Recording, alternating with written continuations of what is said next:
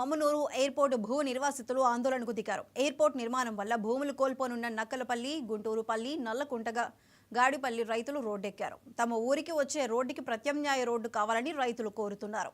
Market ధరకు అనుగుణంగా పరిహారం ఇస్తే భూములు ఇస్తామంటున్నారు.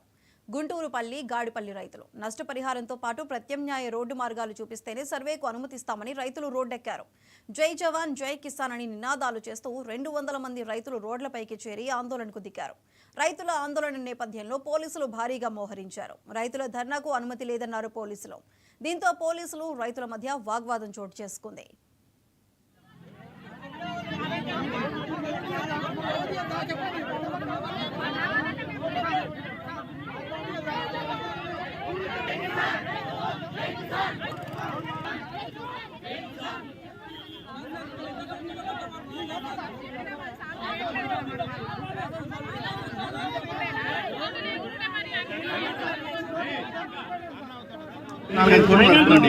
అది ఎగ్జాక్ట్ 4-5 కోట్లు అది ఇస్తేనే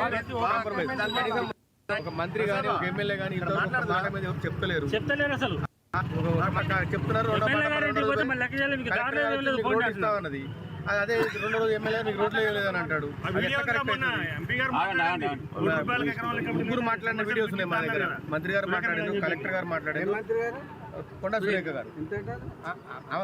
బయట రేట్ వేరే ల్యాండ్ ఇస్తాం, దాంట్లో అన్ని ఫెసిలిటీస్ ఏర్పాటు చేసి మేము ఇస్తామని క్లియర్ చెప్పింది. మీకేం కావాలని కోరుకుంటున్నాం? మాకు బరాబర్ ఇక్కడ ఎకరానికి 5 కోట్లు కావాలి. మా ఊరికి పక్కాగా హైవే రోడ్డు మా ఊళ్ళోంచి పోవాలి.